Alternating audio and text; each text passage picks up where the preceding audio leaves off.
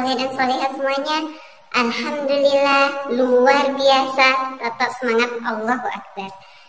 Sahabat soleh dan soleha, sebelum kita masuk pembelajaran kita hari ini, mari kita buka dengan mengucapkan basmalah. Bismillahirrahmanirrahim. Hari ini kita akan belajar SBDP di tema 2, subtema 3, dikade 3.1, yaitu tentang ragam hias pada kain batik. Nah anak-anak, pernahkah kamu melihat kain batik? Pasti pernah kan ya? Perlu kalian ketahui anak-anak, pada kain batik itu terdapat motif hias loh. Batik dari setiap daerah memiliki motif hias yang berbeda-beda. Motif hias termasuk dalam gambar dekoratif. Apa itu gambar dekoratif? Jadi gambar dekoratif adalah gambar hiasan dari gabungan beberapa motif. Masih ingatkah kamu apa saja unsur yang ada di dalam gambar dekoratif? Ya, betul sekali. Unsur di dalam gambar dekoratif yaitu ada garis, bentuk, dan juga warna. Nah, ini adalah beberapa contoh dari garis, beberapa contoh dari bentuk, dan juga beberapa contoh dari warna. Motif hias pada kain batik umumnya berbentuk hewan, tumbuhan, manusia, atau alam. Corak tersebut akan membentuk suatu motif hias yang sangat indah. Coba kalian perhatikan motif hias pada kain batik berikut ini. Nah, di sini ada dua contoh kain batik. Motif pada kain batik tersebut memiliki bentuk yang berbeda. Nah, untuk gambar kain batik yang pertama, ini motifnya adalah bunga. Dan gambar kain batik yang kedua yaitu bentuknya seperti lingkaran atau oval.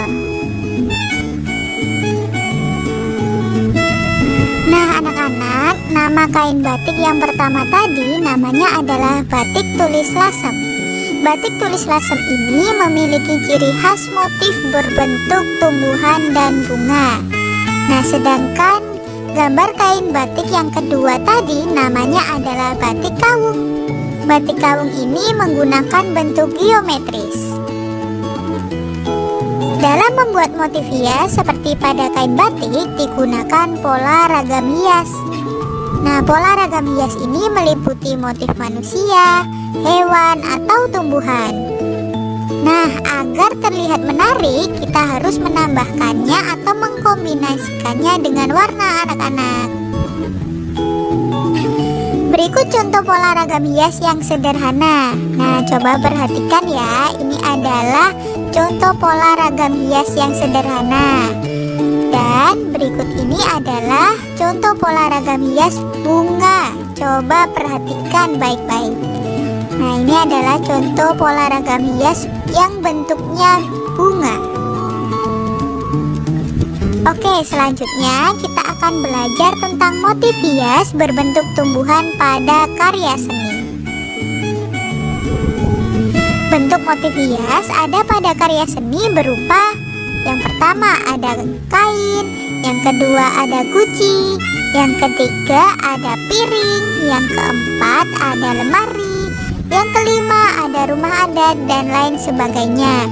Bisa kalian perhatikan kan, banyak sekali motif hias yang ada pada masing-masing karya seni berikut ini.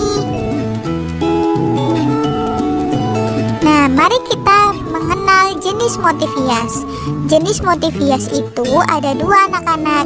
Yang pertama ada motif hias geometris, dan yang kedua ada motif hias non-geometris. Apa itu motif hias geometris? Nah, jadi motif hias geometris adalah motif hias yang menggunakan unsur-unsur garis dan bidang yang disusun berulang-ulang hingga membentuk motif yang menarik. Nah, contohnya ada pada batik kawung yang berasal dari daerah Yogyakarta. Bentuknya seperti ini anak-anak, seperti lingkaran atau oval. Ya. Nah, selanjutnya apa itu motif hias non-geometris? Jadi motif hias non-geometris adalah motif hias yang memiliki bentuk manusia, hewan, atau tumbuhan. Nah, pada motif hias yang bentuknya tumbuhan itu biasanya disebut dengan sulur-suluran. Contohnya seperti ini pada batik buketan yang berasal dari daerah Pekalongan yang memiliki motif tumbuhan. Nah, bisa kalian lihat di sini ada bunga, kemudian ada daun, kemudian ada tangkainya. Nah, motif tumbuhan ini bermakna keharmonisan dan keindahan hubungan manusia dengan alam di sekitarnya.